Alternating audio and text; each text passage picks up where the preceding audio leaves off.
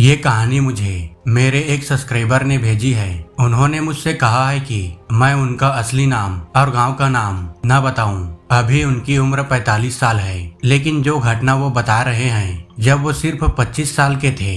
नीचे मैं उनकी कहानी उन्हीं के शब्दों में सुना रहा हूँ, ताकि आप चाहे तो खुद को उसी 25 साल के लड़के की जगह महसूस कर सके। मेरा नाम आप कुछ भी मान सकते हो। आज मैं 45 साल का हूँ, शादीशुदा हूँ, बच्चे भी हैं, लेकिन आज भी जब मैं रात में खेतों की तरफ से हवा की सरसराहट सुनता हूँ तो मेरे हाथ ठंडे पड़ जाते हैं, क्योंकि मुझे वो रात याद आ जाती है जब मैं छलावे के चक्कर में फंस गया था। उस समय मेरी उम्र 25 साल थी। गांव छोटा था, चारों तरफ खेत और बीच में हमारा घर। गर्मियों का मौसम था। उन दिनों खेतों में फसल खड़ी थी और जानवरों से बचाने के लिए रात में खेत की रखवाली करनी पड़ती थी। उस रात करीब 10 बजे मैं खाना खाकर लाठी और एक टॉर्च लेकर खेत की तरफ निकल गया। खेत घर से लगभग 1 किलोमीटर दूर था। रास्ता कच्चा था, दोनों तरफ ऊंची ऊंची झाड़ियां और बीच बीच में बबूल के पेड़। पहले तो सब सामान्य था। मैं अपनी चारपाई पर बैठा, टॉर्च बंद कर दी और आसमान में तारे गिनने लगा। हवा हल्की थी और कहीं दूर से कुत्तों के भौंकने की आवाजें आ रही थी। लेकिन करीब 12 बजे के बाद सब बदल गया। अचानक मुझे ऐसा लगा जैसे कोई मेरे खेत के दूसरे कोने में चल रहा हो। सूखी पत्तियों पर कदमों की हल्की चर चर की आवाज। मैंने सोचा कोई जानवर होगा। टॉर्च उठाई और रोशनी उस तरफ डाली। कुछ भी नहीं था उधर। मैं दोबारा ध्यान से सुना। आवाज फिर आई, लेकिन इस बार दूसरी दिशा से।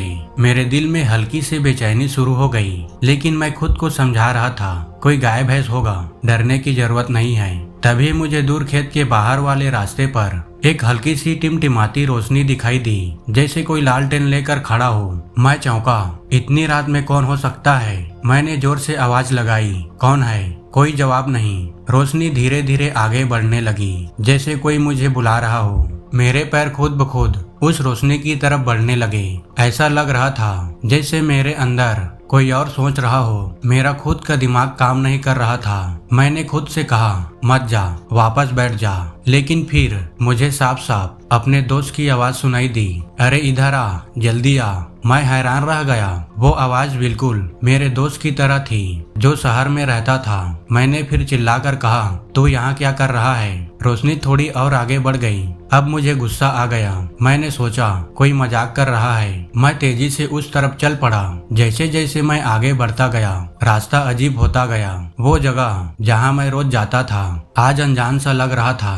पेड़ ज्यादा घने दिख रहे थे। हवा ठंडी हो गई थी। मेरे कानों में फुसफुसाहट गूंजने लगी, आजा, बस थोड़ा और। अचानक मुझे एहसास हुआ कि मैं खेतों से बहुत दूर आ चुका हूँ। सामने दलदली जमीन थी। अगर मैं एक कदम और बढ़ाता तो शायद उसमें धंस जाता। मैंने पीछे मुड़कर देखा। मेरा खेत, मेरी चारपाई, कुछ भी नहीं दिख रहा था। चारों तरफ सिर्फ अंधेरा और वो रोशनी अब मेरे सामने नहीं, मेरे पीछे थी। मेरा दिल इतनी जोर से धड़क रहा था कि मुझे लग रहा था सीने से कहीं बाहर ना आ जाए। तभी मुझे एहसास हुआ ये छलावा है। गांव में बुजुर्ग कहते थे, छलावा पहले तुम्हें पहचान की आवाज देगा, फिर तुम्हें रास्ता भुला देगा, और जब तुम अकेले हो जाओगे तब तुम्हारे साथ खेल करेगा। मेरे हाथ पैर सुन्न होने लगे। मैं मंत्र तक भूल गया था जो माँ ने सिखाया था। मेरा दिमाग जैसे किसी ने जकड़ लिया हो। मैं सोच ही नहीं पा रहा था कि क्या करूं। अचानक वो रोशनी बुझ गई और उसके बाद मेरे सामने अंधेरे में एक लंबा सा साया खड़ा हो गया। उसकी ऊंचाई कम से कम 7-8 फीट रही होगी। शरीर इंसान जैसा, लेकिन सिर झुका हुआ। उसकी आंखें फड़फड़ाती हुई। उसने कोई कदम नहीं बढ़ाया, लेकिन मुझे लगा वो मेरे बहुत करीब है। मेरे कान में फुसफुसाहट आई, तू बहुत समझदार बनता है। मैंने भागने की कोशिश की, लेकिन पैर जैसे जमीन में जमे हुए हो। मेरी सांस अटक गई। आंखों के सामने धुंध छाने लगी। मैंने पूरी ताकत से अपनी जेब में हाथ डाला। वहाँ मेरी माँ का दिया हुआ एक छोटा सा ताबीज था। जैसे ही मैंने उसे कसकर पकड़ा, मुझे थोड़ा होश आया। मैंने बिना पीछे देखे जोर से हनुमान चालीसा का एक हिस्सा बोलना शुरू किया, जो मुझे आधा अधूरा याद था। जैसे जैसे मैं बोल रहा था था वो साया गुस्से में गुर्राने लगा। हवा तेज हो गई, पेड़ जोर जोर से हिल रहे थे। अचानक मेरे कानों में चीख जैसी आवाज गूंजी। मैंने आंखें बंद कर ली और फिर सब शांत। जब मैंने आंखें खोली तो मैं अपने खेत के पास ही जमीन पर पड़ा था। सुबह के करीब 4 बजे होंगे। सूरज उगने ही वाला था। मेरी चारपाई कुछ ही कदम दूर थी। मुझे समझ नहीं आया मैं वहां कैसे पहुंचा, लेकिन मेरे पैरों पर कीचड़ लगा था जैसे मैं सच में दलदल के पास गया था। उस दिन के बाद मैं कई दिनों तक बुखार में रहा। डॉक्टर कुछ नहीं समझ पाए, लेकिन मेरे दिमाग में एक बात साफ थी, अगर मैं उस रात तावीज न पकड़ता, अगर मैंने खुद को याद न दिलाया कि मुझे रुकना है, तो शायद आज मैं जिंदा न होता। आज मैं 45 साल का हूँ, खेती करता हूँ, लेकिन रात में अकेला खेत पर नहीं जाता।